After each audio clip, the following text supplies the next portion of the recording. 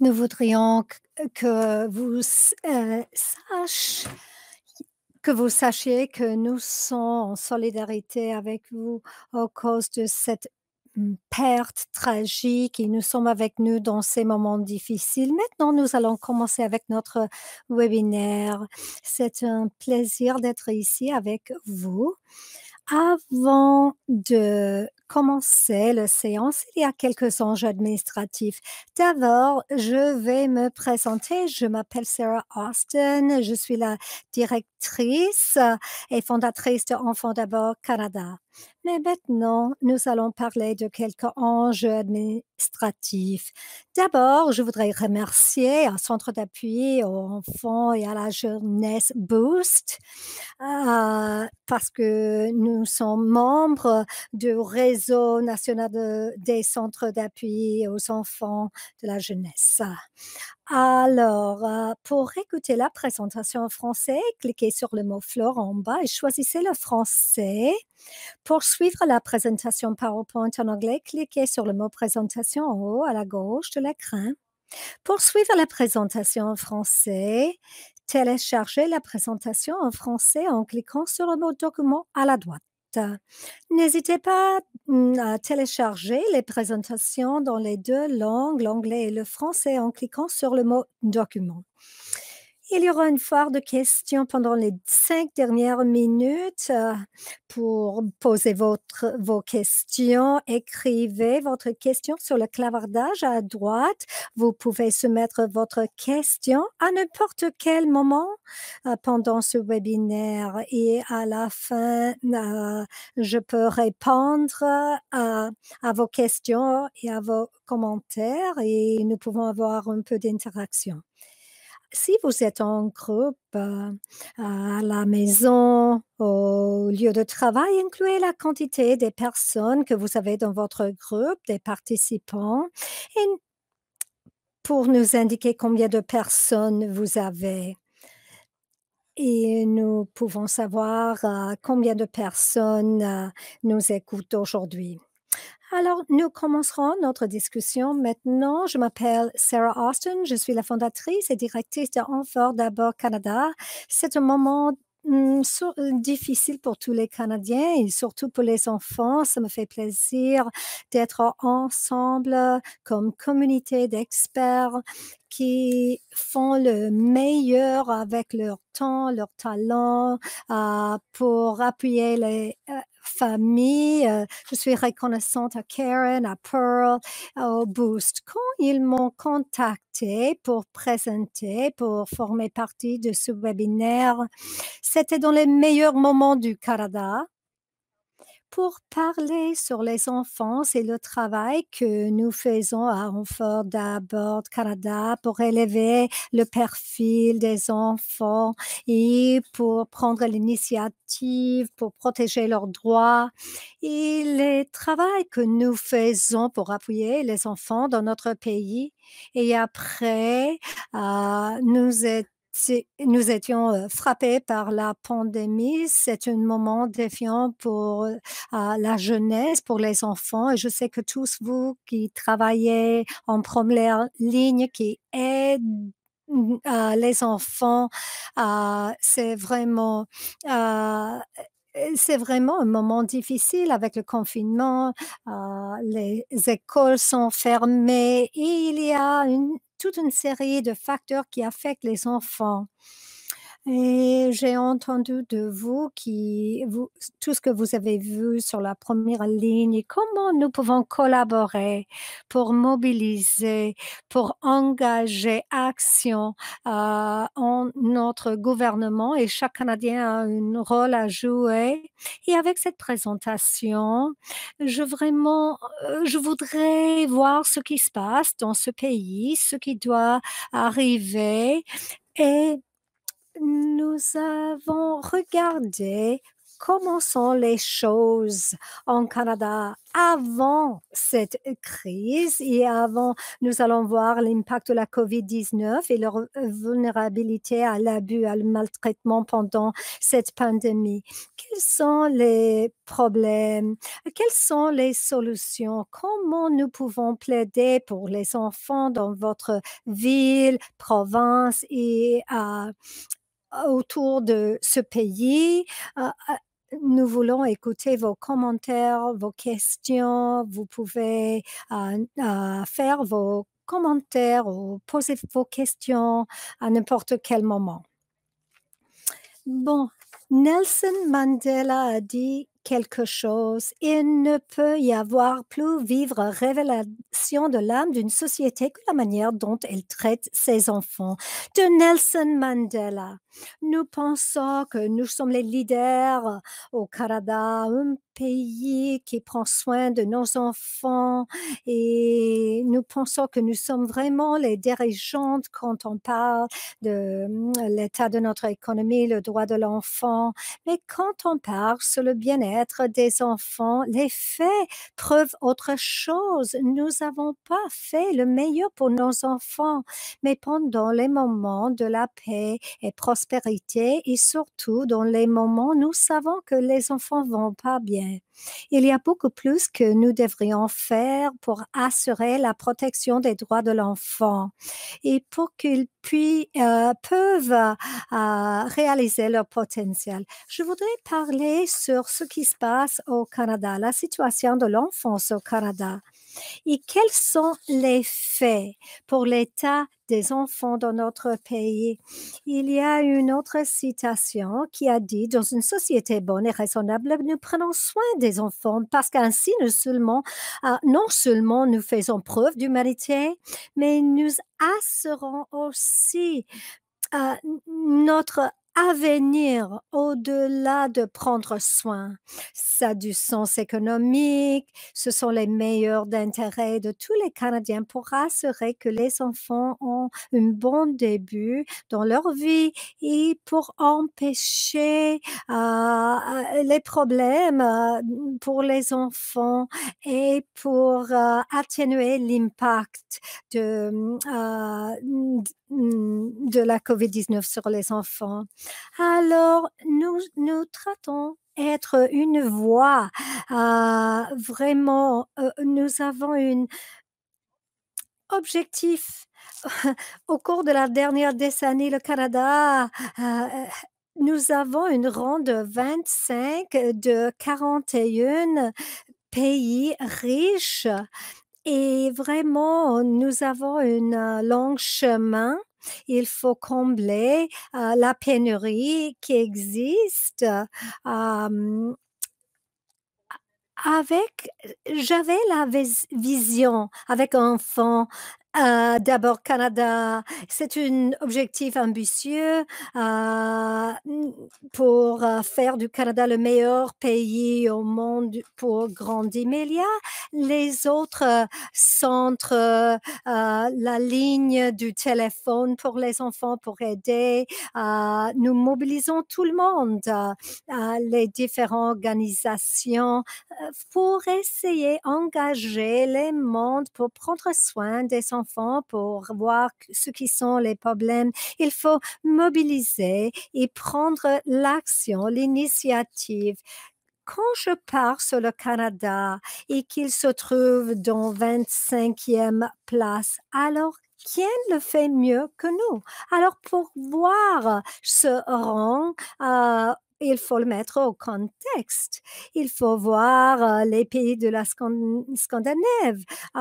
Mais si on parle de la Japon, le Royaume-Uni, l'Austrie, la République tchèque, c'est étonnant que tous les Canadiens voient notre rang quand on parle de bien-être de nos enfants.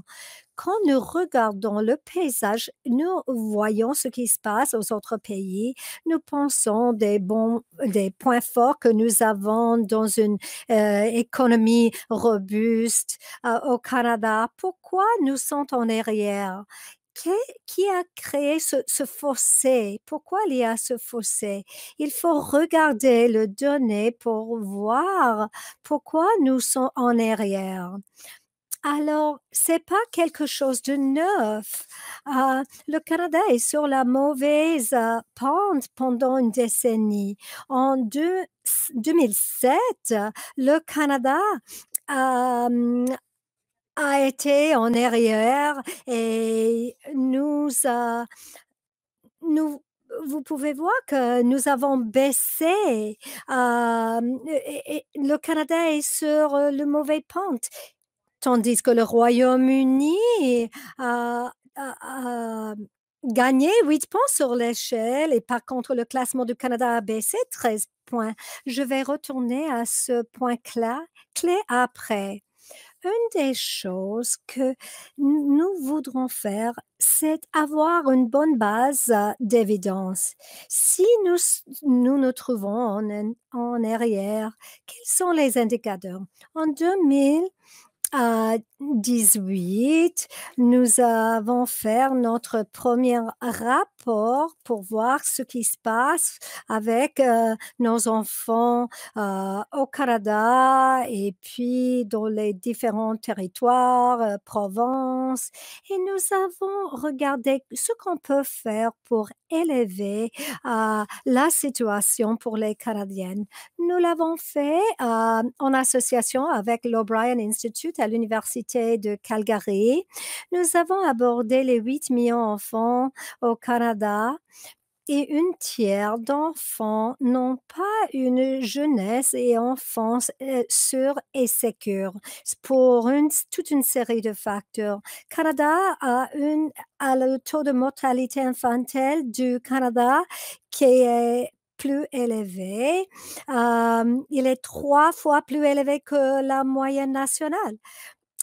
Nous avons les blessures, les accidents qui peut être, qui peut être évitable. Les enfants meurent aux hôpitaux parce que nous n'avons pas les lois au niveau fédéral et au niveau provincial. Par exemple, les sièges de voiture pour protéger nos enfants et les choses comme les casques et les autres solutions basées dans l'évidence et aussi plus significantes pour les appuis de santé mentale pour les enfants et leurs familles. Il y a les autres préoccupations. Nous avons vu la nécessité de soins pour la santé mentale, pour l'insécurité alimentaire, surtout pendant ces moments de crise en ce moment. Et comme vous devez savoir, un une Canadienne sur 3 d'enfants a signalant une forme quelconque de mauvais traitement avant l'âge de 16 ans. Si vous pensez dans les implications de toutes ces conclusions principales, c'est très significant. Il faut penser sur à toute la portée de cela. Si nous pouvons changer ces indicateurs, nous pouvons faire du progrès au Canada. Un des défis que nous avons et pas les solutions basées sur les évidences seulement, mais nous avons ce rang de 25 sur 41 pays. Nous avons fait un sondage en mois de novembre. C'était clair que seulement 3% des Canadiennes savent que nous sommes au 25e rang parmi les 41 riches pays. Alors, ils ne savaient pas de la situation. Mais dès que les Canadiennes sachent, ils veulent se mobiliser, ils veulent prendre l'action, ils veulent prendre l'initiative dans nos vies individuelles pour appuyer les enfants. Et les enfants veulent utiliser leur voix pour faire le lobbying, faire la pression politique, parce que c'est juste pour nos enfants, pour qu'ils puissent offrir le meilleur d'eux. Mais En savant que les Canadiens ne savent pas de ce défi, ce que nous faisons euh, aux enfants d'abord Canada, nous, nous faisons les campagnes aux médias comme Élever Canada. Nous prenons les opportunités pendant cette crise actuelle de vraiment appeler l'attention aux Canadiennes pour qu'ils sachent ce qui arrive dans la vie aux Canadiennes, pour les mobiliser pour prendre l'action, prendre l'initiative et par les relations publiques pour construire une pression sous le gouvernement pour qu'il agisse. Et comme ça, ils vont réagir. Alors, il faut essayer les enfants pour être au cœur de la solution. C'est bien que nous sommes les adultes, nous faisons le meilleur de nous, mais les enfants, ils ont le droit de participer dans toutes les différentes étapes de leur développement cognitif, émotionnel. Ils ont le droit de participer. C'est notre travail comme les adultes trouver les manières pour soutenir leur participation dans la prise de décision aux familles, comment nous menons nos services avec les décideurs des politiques qui leur affectent. Alors, une partie de notre travail, nous avons des ambassadeurs pour aider les enfants à être leurs meilleurs défenseurs pour leur donner une plateforme avec les mentors, avec les autres appuis pour parler aux leaders d'entreprise et de notre propre organisation pour impulser. Et nous avons un enfant, Roman Wolfley, un enfant de 12 ans à Calgary. C'est une bonne jeune dirigeante. Quand il parle, ils disent Wolfie pour président, Roman doit être le premier ministre parce qu'il a des idées formidables sur les solutions. Alors, il a dit cette citation: «Les gens aiment à dire que les enfants sont notre avenir, mais nous sommes aussi les présentes, nous sommes les citoyennes canadiennes. Si nous pouvions voter, nos problèmes seraient peut-être plus visibles. Écoutez et intervenez pour soutenir les enfants. Nous sommes des citoyens de ce pays, dès à présent, et dans l'avenir, tenus à l'écart du pouvoir, mais tout aussi important que les adultes. Le chiffre 18 n'est que un chiffre. Alors, il donne une voix aux enfants. Nous avons besoin des gens, des enfants qui peuvent faire le plaidoyer, défendre les intérêts des enfants. Il a, il a participé dans plusieurs réunions pour que les dirigeants soient responsables. Par exemple, le ministre des Finances, lui, ce jeune homme et ses homologues peuvent faire le plaidoyer pour défendre leurs droits. Plusieurs personnes du Canada, les citoyens du Canada, euh, quand ils connaissent le classement du Canada, ils sont étonnés et ils veulent améliorer le bien-être des enfants. 9 Canadiens sur 10, ça veut dire 81%, croient que le Canada devrait prioriser le bien-être des enfants et 4 sur 10 croient qu'il devrait y accorder une très grande priorité. Alors, il faut être mobilisé pour prendre l'action.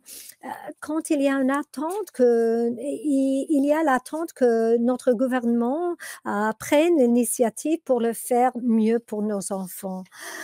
Ce qui importe aux enfants doit importer aux Canadiennes. Ce sont les manières. Voici un aperçu de notre plan stratégique. C'est le premier pour donner les enfants les plateformes pour être entendus, pour qu'ils puissent apprendre de leurs droits, participer dans la prise de décision pour impulser cette cette stratégie. Il faut promouvoir la recherche, les rapports, comme élever le Canada pour impulser les décisions qui sont prises avec l'évidence. Nous faisons les autres rapports, les sondages annuels et nous prenons toute cette recherche. Comment nous pouvons faire un mappage stratégique? Comment nous pouvons faire cela avec les leaders, les dirigeants des politiques pour qu'ils soient responsables et pour qu'ils prennent l'action? Nous avons parlé de la sensibiliser de la population, les campagnes de relations publiques. L'année dernière, pendant les élections, nous avons mobilisé plusieurs ressources avec les médias sociaux. Nous avons une infolettre, un bulletin d'information sur notre site web pour mobiliser les Canadiennes pour vraiment prendre l'initiative, pour prendre l'action. D'abord, il doit y avoir une commissaire à l'enfance. Si vous voyez les pays originaux et ceux qui prennent l'initiative, les leaders, les numéros un, ils ont une commissaire à l'enfance, une personne indépendant qui a le mandat au gouvernement fédéral pour prendre une initiative. Il faut avoir un budget pour les enfants. Il faut avoir une meilleure transparence. Où va l'argent? Est-ce que cet argent a l'impact qu'il doit avoir? Nous faisons une campagne pour la stratégie nationale et autochtone. Il faut travailler avec une stratégie pour tous les enfants du Canada, d'un océan à l'autre et les besoins des enfants autochtones. Il faut travailler avec toutes les nations. Euh, nous regardons, nous abordons une contestation judiciaire sur l'âge électoral.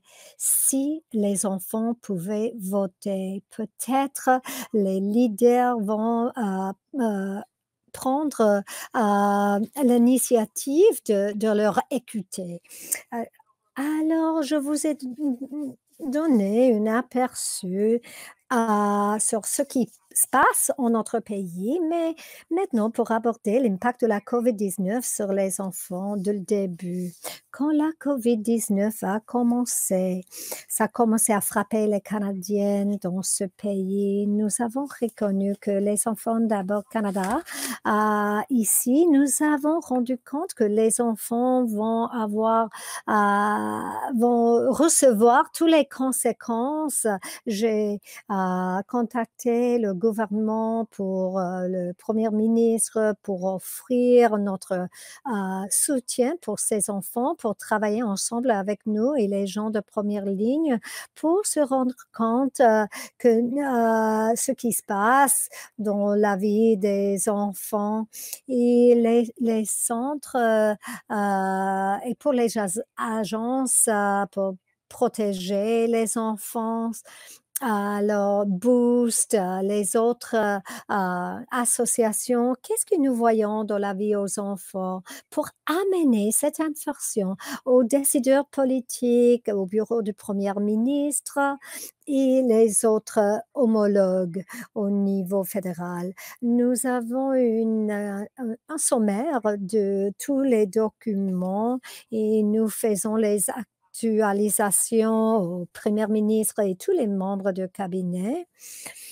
Nous avons une liste de ressources pour les enfants et les familles touchées par la COVID-19.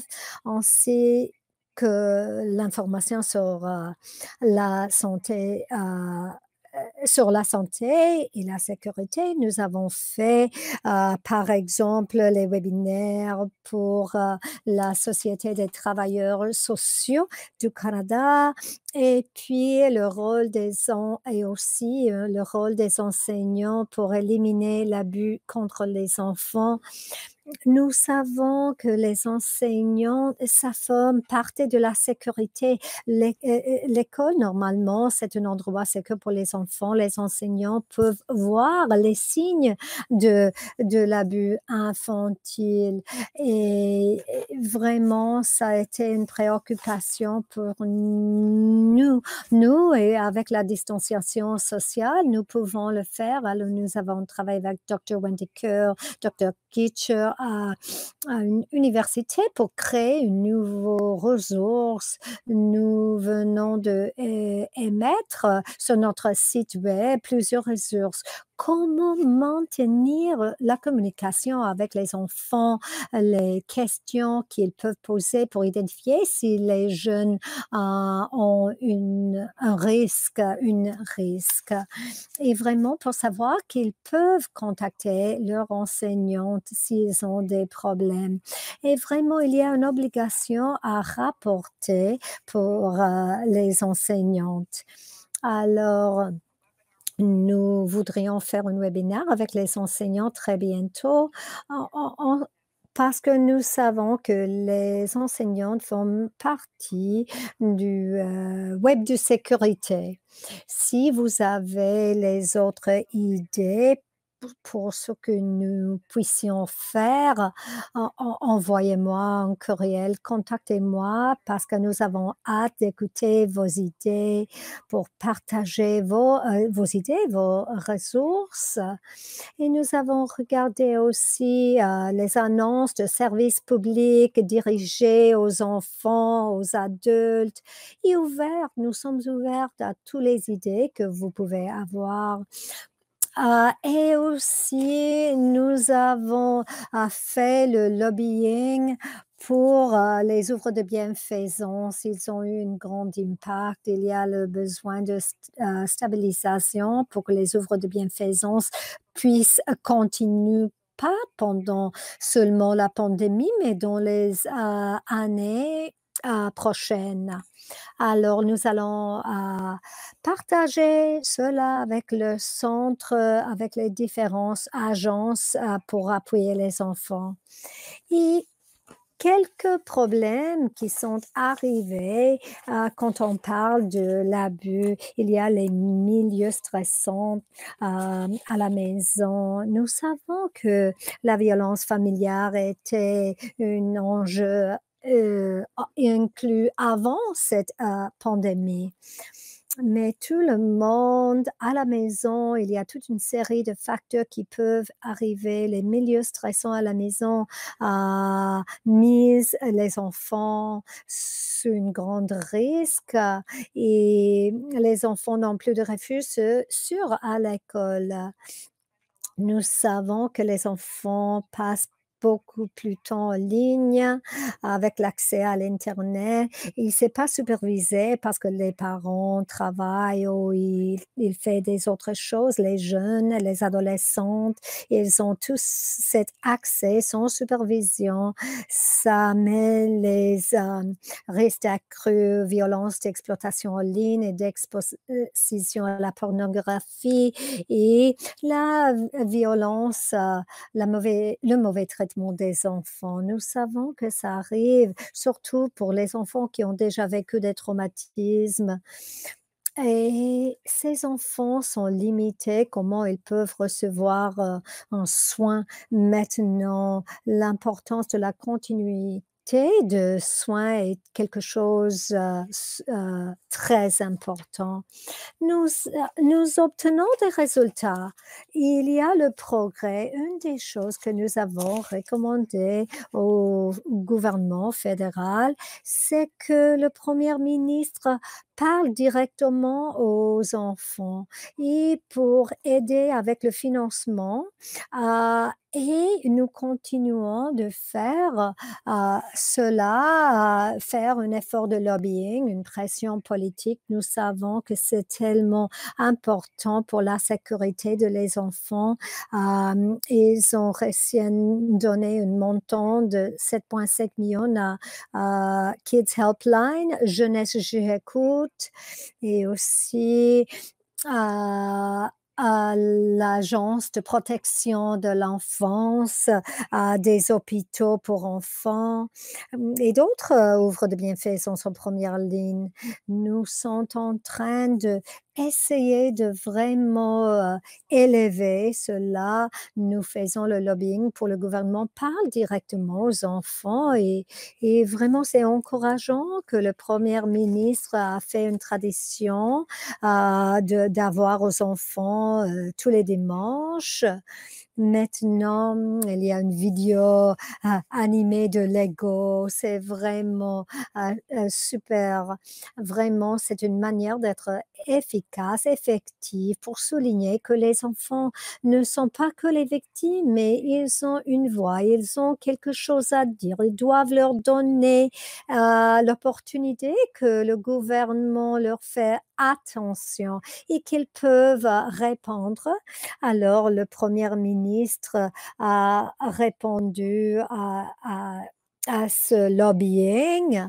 Alors, avec la docteure médecin en chef, Theresa Tam, et ils ont fait une initiative.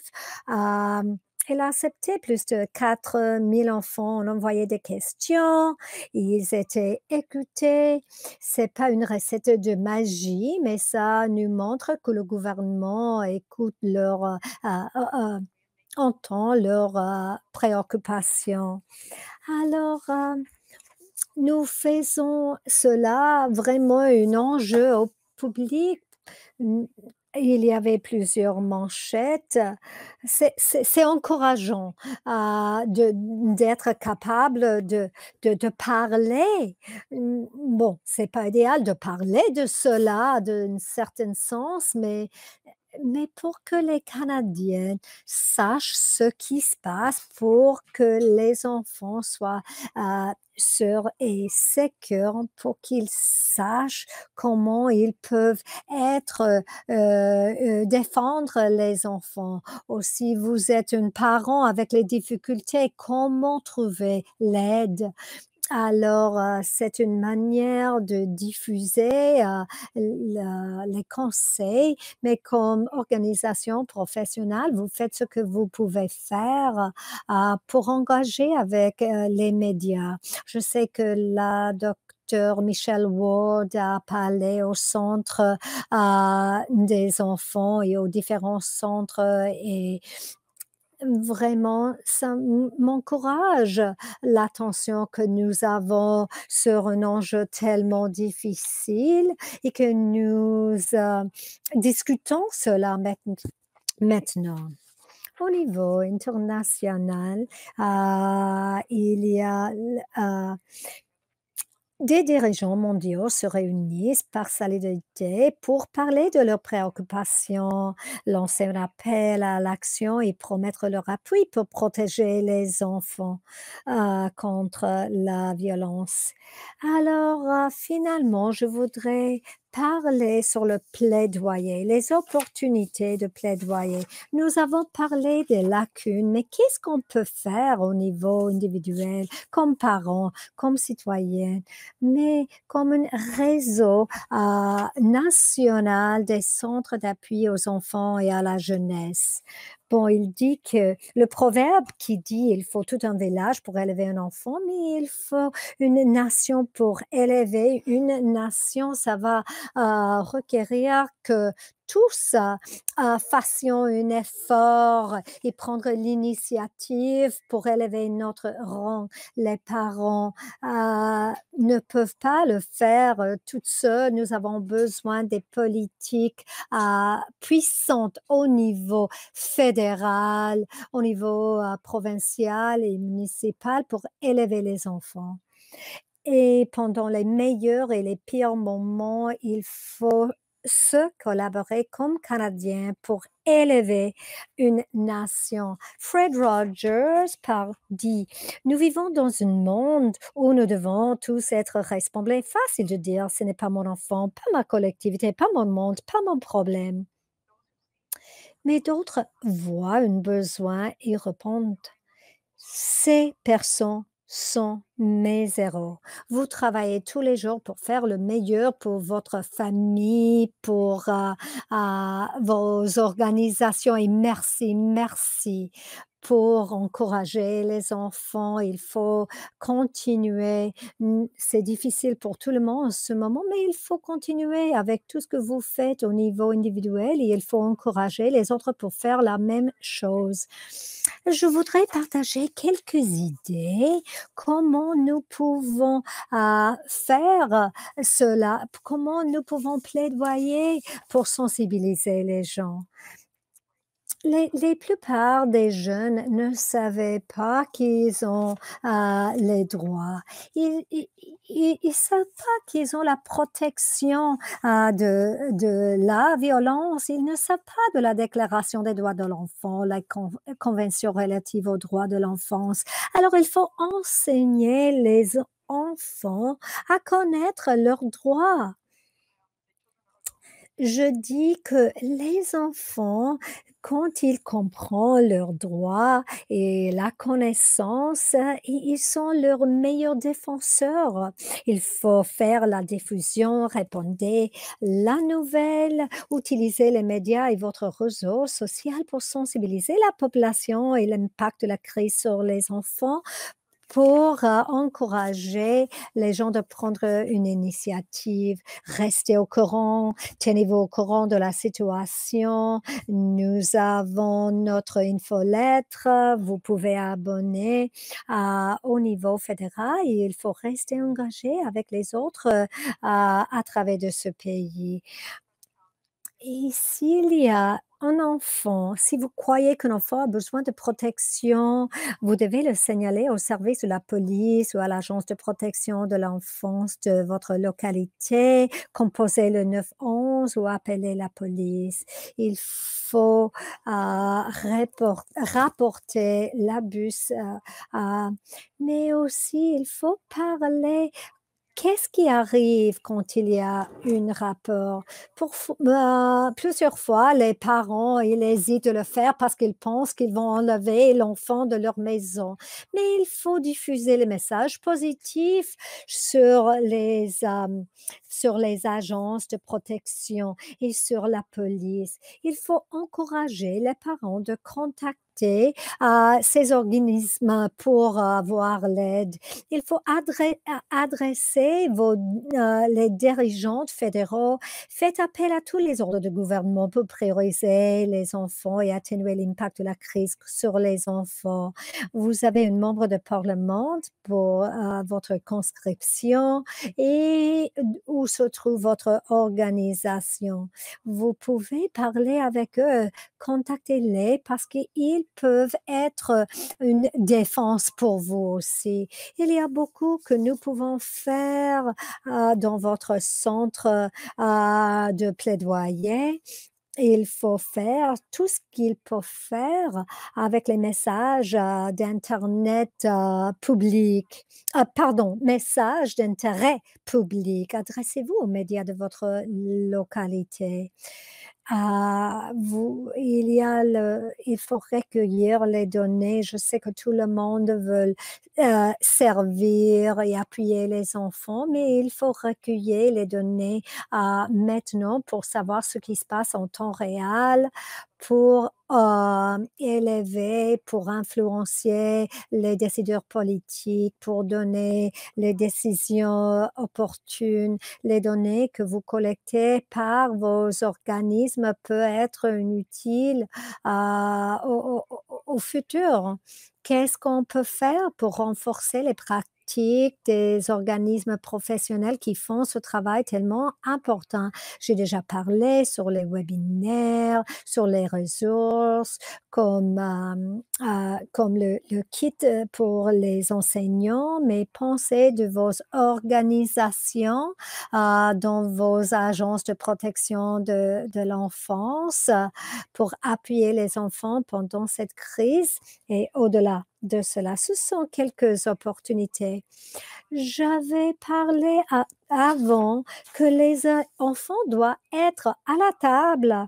Alors, nous avons lancé un conseil consultatif des jeunes. Les applications sont ouvertes pour les prochaines 2 semaines. Si vous connaissez quelqu'un dans votre communauté, quelqu'un qui peut être une conseillère, qui peut défendre les intérêts des enfants et plaider leur cause.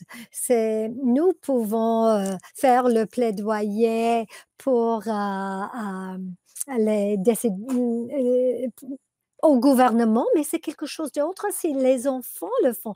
Et c'est vraiment important d'encourager les jeunes de s'impliquer. Nous avons des bonnes ressources sur notre site web. Je vous encourage d'aller à notre site web et consulter nos ressources. Nous avons les renseignements sur les droits de l'enfant, les rapports sur l'état des enfants au Canada. Je vous encourage de aller à childrensfirstcanada.org et aussi National Child Day.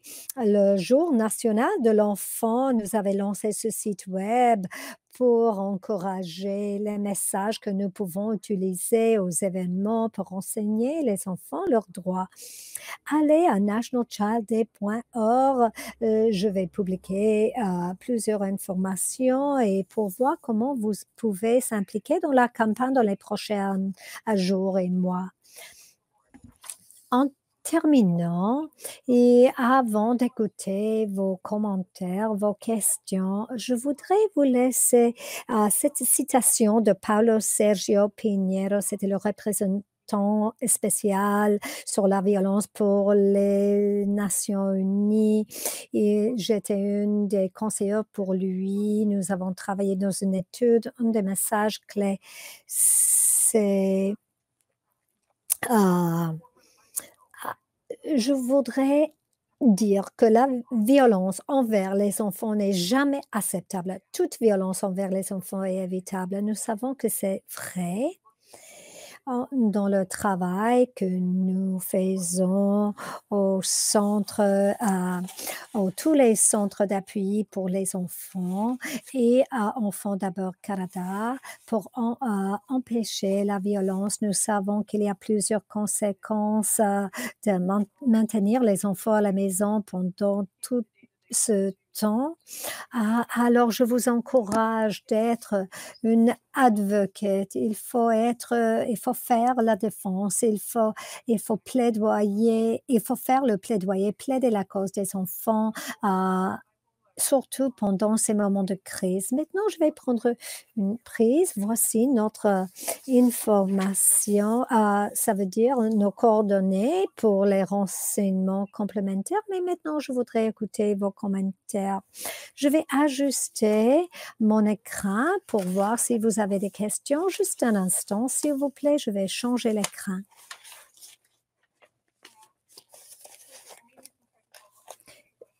Sergio, j'ai besoin d'un peu d'aide technique.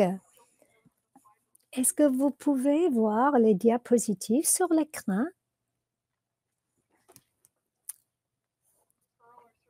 Pearl, Sergio, si vous m'entendez, est-ce que les diapositives sont sur l'écran ou je vais arrêter de partager les diapositives?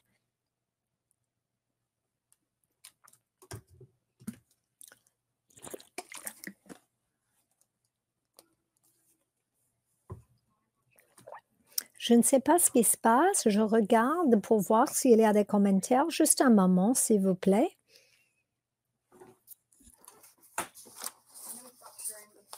Je vais laisser de partager l'écran. J'espère que vous me voyez pour voir vos commentaires et questions. J'y vais pour voir s'il y a des questions.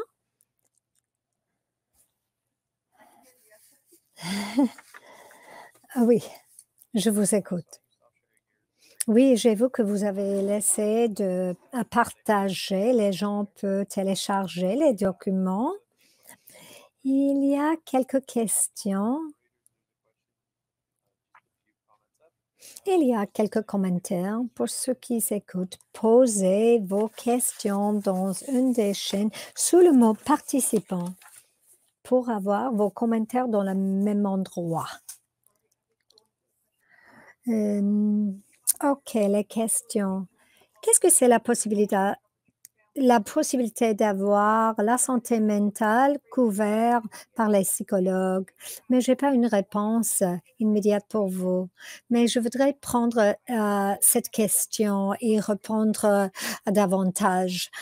Nous avons les personnes qui font la défense pour élever les besoins sur la montée, les nécessités, les besoins pour, la santé mentale. Nous l'avons souligné pendant cette crise, les hôpitaux pour enfants, et Healthcare Canada, le département de santé Canada, pour servir, ces organisations, nous identifions quels sont les besoins des enfants? Qu'est-ce que nous pouvons anticiper après cette crise? Alors, nous avons fait 150, la demande de 150 millions de dollars pour les enfants, pour les hôpitaux qui servent les enfants, pour les organisations de santé. Nous faisons le lobbying avec le département de santé Canada sur les besoins de santé mentale. C'est formidable que Kids Helpline, Jeunesse J'écoute peuvent répondre aux textes dans leur ligne d'assistance, mais nous savons que les enfants ont besoin de la continuité de soins. Alors ça, c'est le rôle des hôpitaux qui servent les enfants. C'est vraiment nécessaire. Alors, pour cela, on fait un effort de lobbying, une pression politique pour qu'il ait des financements. Mais au niveau fédéral, nous travaillons pour qu'il ait ce financement pour appuyer les personnes d'un océan à l'autre. Je ne vois pas des autres questions. Ah, voici une question. C'est quoi la meilleure manière d'expliquer la pandémie aux enfants sans créer l'anxiété? Mais comme professionnel, comme parents, tantes, oncles, membres de famille, comment nous pouvons, aider, expliquer cette crise aux enfants? Il y a plusieurs solutions sur les médias sociaux et dans toute une série de sites web. Je vous encourage. Quand vous parlez à vos enfants, il faut vraiment prendre le conseil des professionnels. Une source, c'est le sénateur Stanley Kutcher, sénateur de, la Nouvelle-Écosse. C'est vraiment un grand expert sur la santé mentale pour les adolescents et pour les enfants. Il faut utiliser un bon langage, la langue non utilisée, les mots comme anxiété, les mots dépression. Mais essaie d'utiliser les mots plus faciles pour que les enfants puissent comprendre dans les manières, appropriées pour leur développement. Il ne faut pas donner trop de renseignements aux enfants. Les enfants, ils se sentent le stress, les parents ont allumé la télé toute la journée, les enfants écoutent trop plus sur cette crise, les enfants en avaient assez et il faut vraiment être consciente et ne pas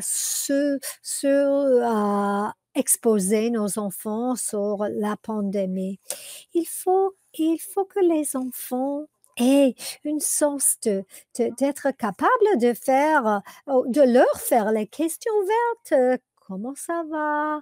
Je sais que c'est difficile. Il faut reconnaître la difficulté. comment régler leurs émotions pour être bien comme les enfants. Il faut faire la modulation pour qu'ils puissent suivre et émuler cela. Tout ce qui se passe quand cette pandémie et c'est difficile, il faut les parler aux enfants sur la tragédie qui est arrivée récemment en Nouvelle-Écosse. La peur d'être à la maison pour les gens, pour les enfants et les familles en Nouvelle-Écosse. Stanley Kutcher, il y a aussi les grandes organisations de Jack.org et Jeunesse J'écoute pour trouver quelques suggestions, comment vous pouvez les donner les leçons, comment faire face à tout cela et maintenir la ligne ouverte avec eux. Un commentaire de Laurie à Nunavut. Les, les enfants se sentent plus sûrs dehors de la maison. Comment nous pouvons les aider pendant la pandémie s'ils se sentent plus sûrs dehors? Ça, c'est une question de Nunavut. C'est une bonne question. La maison, c'est pas un endroit sécure pour les enfants. Comment nous pouvons donner un endroit plus sûr pour les enfants dehors de leur maison?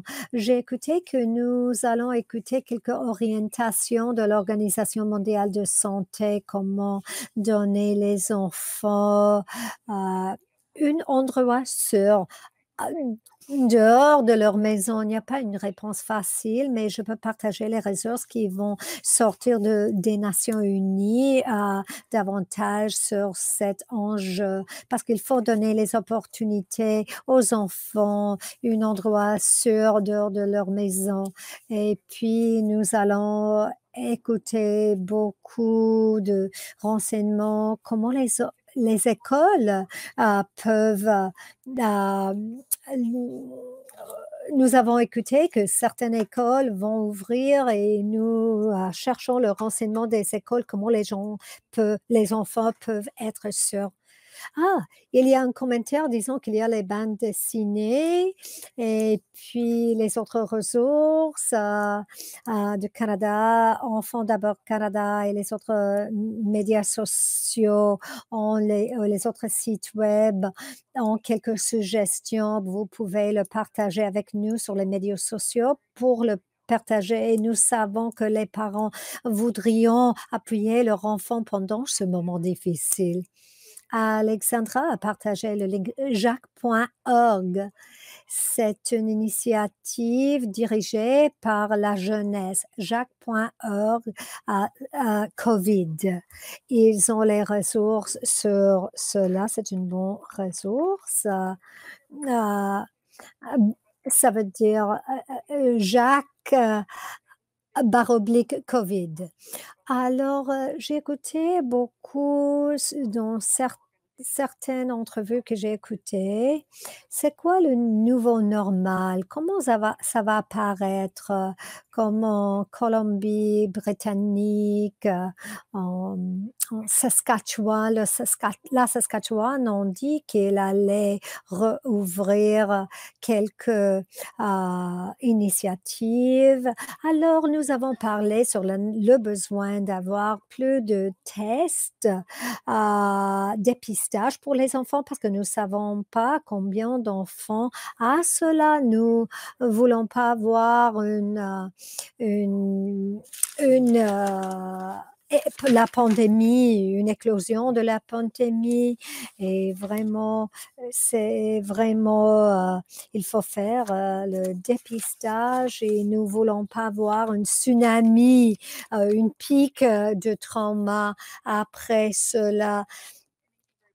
Alors, plusieurs enfants n'ont pas